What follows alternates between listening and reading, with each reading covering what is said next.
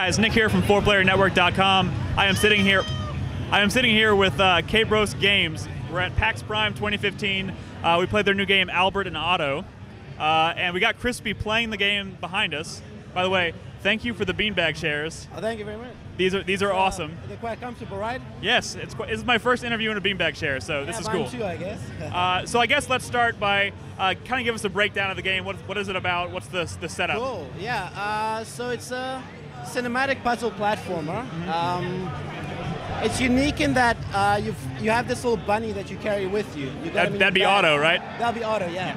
And he helps you kind of solve the puzzles. You can have him like hold down a switch for you, or he helps you like levitate objects or double jump. So you got to work together with this bunny to solve the puzzles. Yes. At one point you also get to control him as well. And you're on this quest to save your sister. And it starts off as this classic save the damsel in distress story. But soon enough it takes a really dark turn and you start to question if the hero is really a good guy. Yes. So it challenges the sort of game storytelling conventions. Yes. I guess, yeah. That all sounds really exciting to me. Yeah. You had mentioned something when we were talking before about Nazi Germany, is that? Yeah, well, I don't want to give too much away, but it's set in pre-World War II Germany, yeah. Okay, that's cool. And I also, one of the first things obviously I noticed about it, in fact, the first thing that kind of drew me to the booth was the art style. I think it's a really cool art style. Thank you. What can you tell us about the inspiration for how you came up with this art style where everything in the foreground is very light, everything in the background is dark? It's a really cool contrast, I think. Sure, thank you.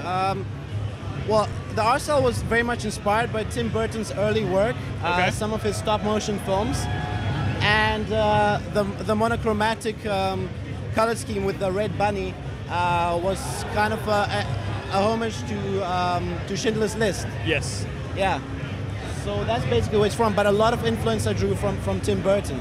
Cool. It turned out really cool. And I also really liked that there's a boss fight in the demo. I'm not sure if we're going to get to it on the screen here, but probably not. The boss fight really looks, hard. yeah, it's a long demo, by the way. Yeah. It's fun though, but the art style really stuck out to me during the boss fight because it's this really like ominous robot you're fighting in the background, but he's all dark, and as he comes into the foreground, the light kind of catches him. That was really cool.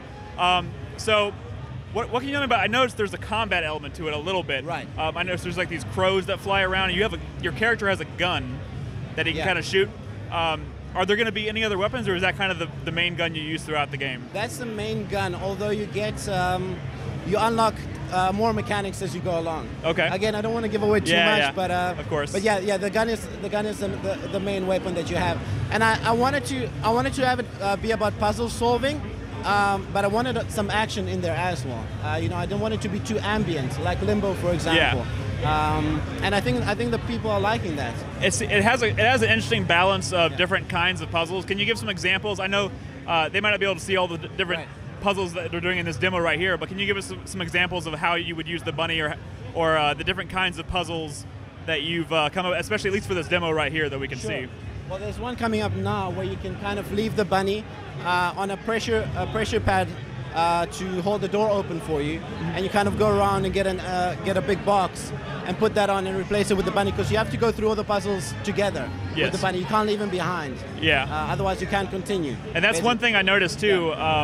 The game is actually pretty tricky. I think you've come up with a pretty challenging game as far as the puzzles go. There were several times where I was stumped, and I remember just completely forgetting about the fact that I could use the bunny. Like it just becomes part of the environment, but you just realize I completely forgot about using the rabbit to solve the puzzles, which just kind of opens up a whole new door. And you know what? I like that because I don't like to kind of guide the player too much.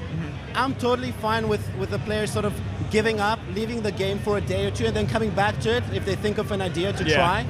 I think a lot of games these days kind of try to baby the player too much. Yeah. And I'm okay with it being hard, and I'm okay.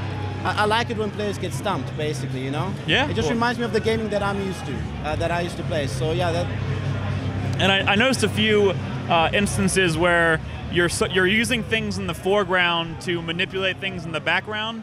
The one in particular being the boulder puzzle. Are there going to be more instances of that kind of stuff in the game? Yeah. I'm definitely going to be adding more of that. Obviously, we couldn't get everything in this demo today, but there will be more of that stuff in the background, stuff in the foreground. So it's kind of taking this like 2D game and making it more more three-dimensional in a way. It's actually all built in 3 dimensions. It's just the cameras from the side, so it looks 2D. Yeah. Yeah. So about the difficulty. Yeah. What do you have any inspiration as far as how, the kind of like how you wanted to? What's your designer take on like building challenge the game? What makes the game challenging to you? And what was your inspiration when building this game? Ooh. Yeah, I really liked. That's a tough question. It's a tough game. Yeah.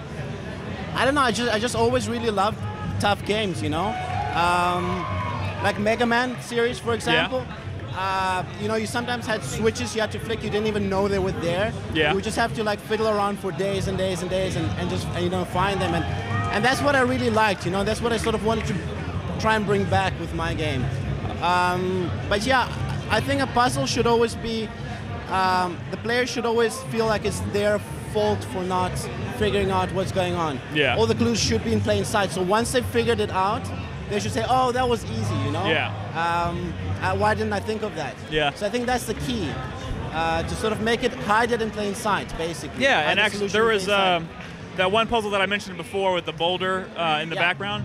It was cool because we were watching it, we were trying to figure it out, playing it, and you know you could see the 3 pressure plates that you have to use, right? And it's really cool. But you stepped in and you showed us how you solved the puzzle, and it involved like dropping the bunny at a perfect moment. Yeah. And then having that hit the third switch. That was totally accidental, yeah. That was like a second way to solve the puzzle. So there's more than one way to solve some of the puzzles then? Yeah, well, not intentionally, but like working as an indie dev, because I'm working on this alone, sometimes you got to turn like bugs and issues into features, you know? Yeah, exactly. So this it wasn't planned, but it worked, so there's two ways to solve this particular puzzle. And I think that turns out pretty cool, especially when you look back on it. Yeah, because it's a physics-based game, so you're always going to have something that you didn't account for happening, something weird. And also, the game structure, is the entire game going to be one continuous level where you just run through it, or is it going to be level-based, or anything you can tell us about that? It changes up, so it does start as one continuous level, but the very end has got 5 different areas that you got to get in. And I don't want to reveal too much again, but yeah, it's going to change up at the end. I like to, you know, a lot of games show all of the coolest stuff in the beginning. Yeah. All of the mechanics, but I kind of, some of the coolest mechanics in the game come at the very end of the game. Yeah. So like being able to control Otto only comes much later. Yeah. So I just wanted to keep it. I think that's usually like a byproduct of just the natural progression of the difficulty of a game. Yeah. Naturally introducing some of the more interesting, more dynamic mechanics towards the end. So that's pretty cool. I mean, is there anything else you wanted to point out about the game? I mean, we had a great time playing it. I think it has a lot of personality to it, and it's very difficult. Thank you. Anything else you want to talk about? When are y'all planning on releasing, or I'm not sure if you have that. It's released on the 31st of October. Okay, so you already have a release date in sight, so that's cool. Yeah, on Steam. We've already got a Steam page up. It's just not released yet. So it's going to be released for Mac and PC, and then consoles after that. If it does well. Do you know what platforms you're going to go with console-wise, or? Well, we're going to go for Xbox, PlayStation 4, and possibly Wii U. Awesome. And 3DS when the integration with Unity comes. So awesome. Yeah. Well, thank you very much for your time. Cool. Thanks for showing the game. It looks cool. We'll be looking forward to it. And of course, keep your eyes locked here at 4playernetwork.com. We're at PAX Prime 2015.